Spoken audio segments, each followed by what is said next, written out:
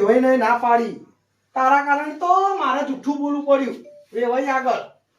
કમુ લગનમાં જ્યો હું એવું કેવું પડી મારે ના ના